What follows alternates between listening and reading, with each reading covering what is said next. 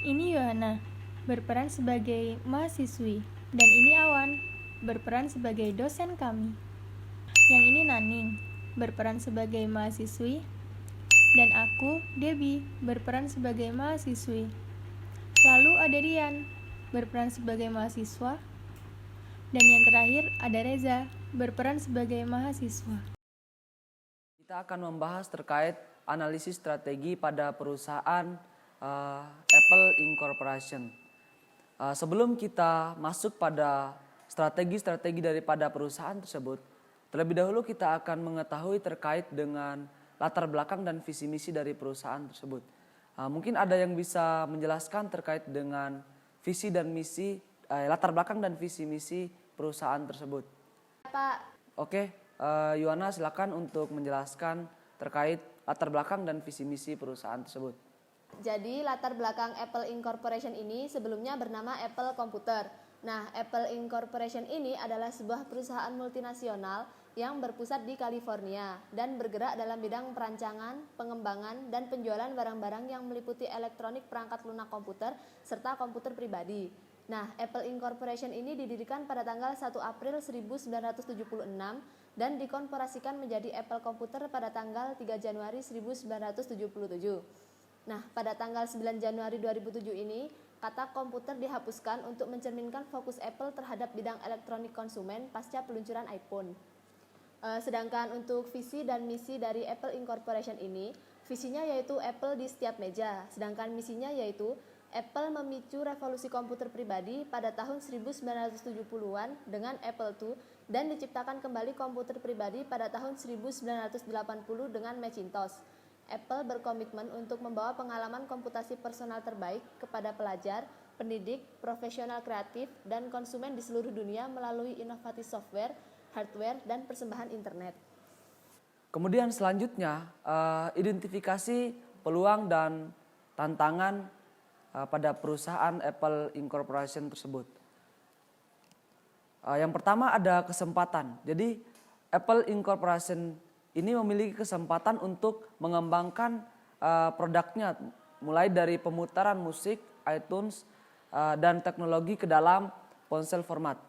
Kemudian download melalui kabel USB dan juga perangkat lunak musik otomatis akan terjeda jika pada telepon ada panggilan masuk. Kemudian yang kedua podcast,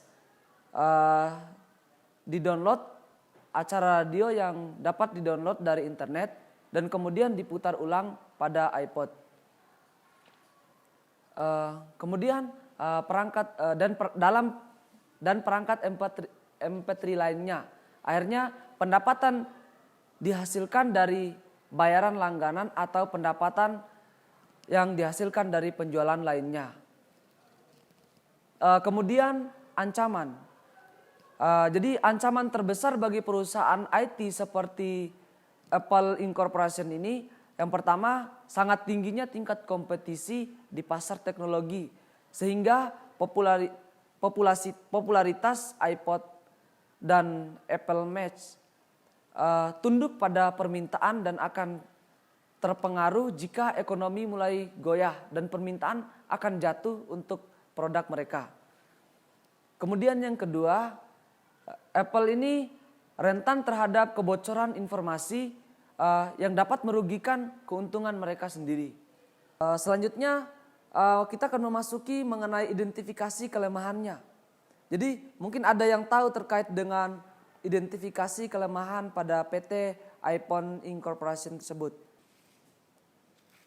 Ya, Naning silakan untuk menjelaskan terkait dengan identifikasi kelemahannya. Identifikasi kelemahan.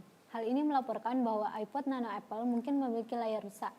Perusahaan telah berkomentar bahwa bed dari produk layar yang patah di bawah pengaruh dan perusahaan menggantikan semua item rusak.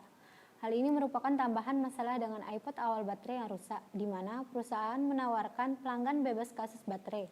Ada tekanan pada Apple untuk meningkatkan harga dari musik download file dari industri musik itu sendiri. Banyak dari perusahaan-perusahaan ini membuat lebih banyak uang dari penjualan CD asli mereka.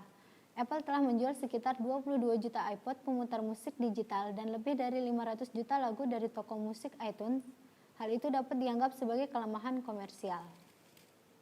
Ya, selanjutnya kita masuki pada identifikasi kekuatannya. Oke, Debbie silakan untuk menjelaskan terkait identifikasi kekuatan pada perusahaan Apple Incorporation tersebut.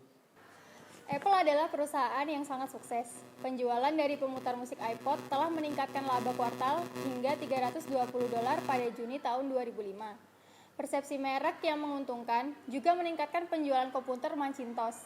Jadi, iPod memberikan akses ke seluruh seri baru segmen yang membeli bagian lain dari Apple. Penjualan dari produk-produk notebook juga sangat kuat dan merupakan kontribusi besar untuk pendapatan Apple. Selanjutnya kita akan memasuki terkait identifikasi peluang dan strategi. Oke, Rian silakan untuk menjelaskan terkait identifikasi peluang dan strategi pada perusahaan tersebut. Peluangnya yaitu kebutuhan akan produk yang selalu ada, segmen pasar yang baru, pengembangan produk baru, sedangkan strateginya yaitu menciptakan produk-produk berkualitas, perkembangan produk baru yang unik dengan kualitas yang lebih baik, memperluas pasar luar negeri dengan membina hubungan baik, meminimalkan biaya pemasaran agar meningkatkan biaya produksi, memahami kebutuhan pasar konsumen. Ya, selanjutnya identifikasi ancaman dan strateginya. Saya Pak. Ya, silakan Reza untuk menjelaskan terkait identifikasi ancaman dan strateginya. Ancaman dalam perusahaan Apple itu ada 3, yaitu pergeseran selera konsumen, yang kedua itu pesaing mengeluarkan produk baru yang lebih inovatif, yang ketiga itu pesaing harga dengan perusahaan yang lain. Terus strategi kekuatannya itu ada 2, manfaat efisien SDM untuk memasarkan produk, yang kedua menentukan strategi yang tepat. Terus yang terakhir itu strategi kelemahan, ada 2 juga, yaitu meningkatkan profitabilitas yang dapat meminimalisir biaya produksi. Terus yang terakhir itu fokus pada bisnis utamanya.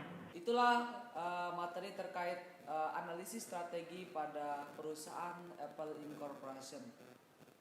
Terima kasih. Terima kasih. Wassalamualaikum warahmatullahi wabarakatuh.